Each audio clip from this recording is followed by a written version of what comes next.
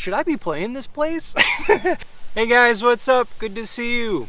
So today I wanted to talk a little bit more about my story in how the things that I've learned in doing over 1,000 shows over the past 20 years. 1,000 gigs, concerts, festivals, you name it. Which kind of leads me to the very first thing that I wanted to talk about, and it's diversity. Like, first of all, I've done over 1,000 shows over a span of 20 years. And the diversity of venues that I've played is super wide. And the things that diversity can teach you as far as a performer goes. So there's the typical bar room atmosphere. I think, when you're first starting out as a musician, I was thinking, okay, I would end up playing in a lot of bars, and there would be alcohol, and it's the party atmosphere, the party environment, which you have in your mind, which is appealing and attractive when you're a teenager, of course, because it's kind of like a rebel yell, fight the culture type of thing. And that's cool for a while. But what you quickly realize as a working musician when you become a professional, though, is that you really need to be able to play any environment, any venue, any size room, any audience, and be able to give them something of value, to give them some kind of entertainment. And the span of what you can give people is really interesting, because let's go back to the traditional barroom scene. That's usually a party, right? And the gig is usually 10 p.m. to 2 a.m. and you might play 3 sets if you're a working band, and you're going to play 4 hours, so that's like 3.5 hours of music, so you got to have a lot of songs. And if you're an original artist, that's even more demanding, because it's a lot of material to write, which is why you learn some covers, and I'll go over that in a little bit. But just the diversity in venues is like, at first you're like, should I be playing this place? And then you realize, oh yeah, that's what I'm paid to do, be able to play in this place. So eventually what happens is you play those traditional spots like the bars and some festivals that you have in mind, and maybe some colleges. But then you get these off the map gigs that turn out to be beautiful gigs. Like I have this one amazing gig where I go up and play in Tupper Lake, New York, which is up by Lake Placid. It's like an hour away from Lake Placid. So it's the middle of the woods, right? In northeastern New York. And it's a hospital, and I pull in all my gear, and I set up my PA in the gym and play right there at the hospital, and it's the most amazing gig. I love doing it, because what I've learned by playing for that specific audience really has resonated with me on the healing power of music. And it's brought out different aspects of myself as a performer and as a musician, in seeing how music as an application can be applied to the listener and changing them for the better.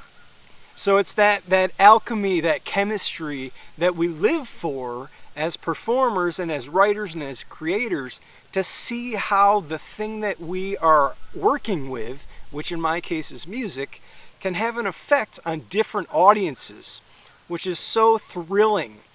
And it's a stacking mechanism. So the more audiences you play, the better you get at playing for specific people.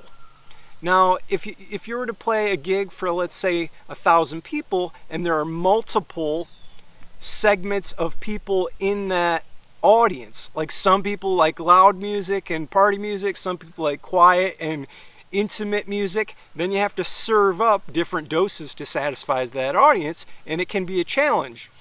But you only learn that after years and years of doing it. Some things are obvious, like if there were times when I would end up in coffee houses and restaurants and you become like the ambiance guy, the environment guy. Interestingly, I learned as much about the impact of music in intimate establishments like restaurants and coffee houses as I did in the bars and festivals, because you can have as much of a profound effect on an audience by hanging back, not talking as much, not overperforming, not being too much about like, hey, this is all me, just taking a back seat and really focusing on the environment of the room. Like, how is every note, how is the sound, how is my singing, how is all of that changing the essence of this room, and then having a profound impact on that listener. So it's the reserve can be as powerful as the projection, as stepping out and performing. So it's those kind of dynamics you only learn by putting yourself in a whole bunch of uncomfortable positions. Yeah, completely uncomfortable at first. And it was that risk reward that I really enjoy as a performer. Like putting yourself in front of an audience and the challenge of satisfying them. You don't always do it. You know, sometimes it can feel like it can feel like you didn't, and then you did. And other times it can feel like you did, but you didn't. What I've learned is that it doesn't matter what I think, as long as I continue to do it. And like, it reminds me of this great Jerry Garcia quote in one of his interviews where he said, it didn't matter how he felt as a performer on stage in terms of whether or not he was playing well or not, because there were times when he would play, they'd do the show, and they'd all think it was kind of bad, and then 2 weeks later they'd listen to the recording and be blown away by how good it was. So many times as a performer, it's just throwing yourself in the arena, embodying it and embracing the moment, and forgetting about good and bad. Good and bad is like criminal in terms of how is this gig going. It's like a really, I learned that it was a really bad habit to before and after the gig to think good and bad. Like, oh, this is going to be a tough one. Going into a gig like that is a terrible attitude. And then coming out of a gig like, oh man, that was super rough, I hope I never do that again, can be a curse because it might have been really great. I just don't know because I was totally immersed in it. So yeah, diversity. Okay. Which brings me to cover tunes. Yeah, you do need cover tunes to play over 1,000 gigs and entertain people. Some people are brand new people. They've never heard you. It's a totally cold audience. You happen to be playing in their hometown and they just strolled in. They need something to grab onto. And not everybody is an original music lover, you know, which as an original musician, you go into it thinking, I hope all these people love my songs. That's pretty unrealistic to think the whole world is going to love your songs and that everyone's into the lyrics and what they mean and, you know, the deeper qualities. I mean, most people just want to have something interesting while they do their thing. So, yeah, some covers. So I've in my acoustic show, I do some James Taylor and some Paul Simon and some Bob Dylan and some random other maybe pop songs that were popular at that time, and I give them a different spin and so that they recognize them and go, oh, hey, I know that song. You know what? I'm kind of liking this guy's thing. I didn't notice up until now that he was even here playing over there in the corner. But now since he played that song, I'm like, huh, there's something about that dude. And then you're in their subconscious for the rest of the evening. Like maybe they're having a nice meal and the whole night they're going, I don't know why, but I like this dude for some reason. And then during the set break, they come up and go, hey, I don't know why, but I kind of like your stuff. I see you've got CDs. I'd like to buy a CD. Or Are you online? Can I connect with you on Facebook or YouTube? Check out my YouTube account. Um, yeah, so all those things start happening kind of serendipitously, if you can play that audience correctly. And yeah, so some covers is important. One more thing I want to say about doing 1,000 shows is resiliency. You really need to be able to be resilient to pull off that kind of body of work. And so I've done 1,000 shows now. I hope to do 2,000 or 3,000 as things go along. But resiliency, you need to be able to like face the music and learn how to scuff off rejection, both short term and long term. Short term, maybe you just have some belligerent people at the show and they hate your guts. No problem. You just ignore those people, and not everybody's going to like you. I learned that early, that some people don't like the chill, intimate, sincere singer-songwriter guy. They're like, you sappy moron. They want something else from their music, and I learned that's fine too. On a long-term level, it's about being able to withstand the waves in your own life. Like, there are going to be super hard times. When there have been times in my life when I've had no money, I didn't know how I was going to pay any of my bills. All my family and friends become a little worried. You get into super grind mode where you're booking any gig that you can get. So the money can be one thing. Just emotionally, it can start to be crippling sometimes when you're doing lots of gigs and you're like, I'm not getting anywhere. Because one of the other things about this is being a working musician is one thing. Having a career is another. And I think what happens is we think that we're going to get to that career mode sooner than we do. But really, you do that many gigs to get good at your craft. And getting good at your craft means a lot of things.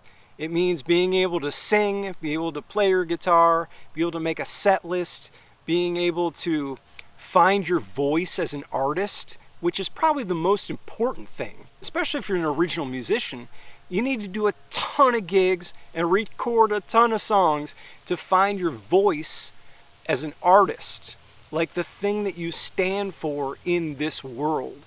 So for me, that has very much become like the intimacy and the healing power of music, the way that it has an impact on people's lives and can play a role in people's lives. And I would have never really discovered these things had I not done all those gigs or recorded all those songs. So yeah, the resiliency is super important. And if you ever need to take a break, then you take a break. I mean, your health in the long-term game, the long-term vision is really the one that you want to win. I mean, I want to be in my 60s, 70s, and hopefully 80s still playing music for people who care. So it's really about, and if I needed to take a break, I would take a break for a year and go do something else. I don't really know what. Maybe I'll go get a cooking job or something. But if I had to, because I felt like it was the best thing for me as an artist, then I would absolutely do that. I would go, all right, going to go find a cooking job and write some great songs and record some songs and just keep this train rolling a little slower than we have been doing. So, and then there are other times when you throw fire on the flame and you just gig and record and gig and record and meet super interesting people and just really like immerse yourself in the life of an artist. So if you have to do that in those waves, totally okay. It's a long life. I think being patient is super key in terms of being a lifelong working musician. So that's one of the reasons why I'm making this videos is for my musician friends, or people who aspire to do this type of lifelong work. And if you're like 20 years old and you're watching this video, just know be ambitious, be passionate, go out there and love doing it, because that's super important, but be patient and reasonable with yourself and have reasonable expectations for where things might get you.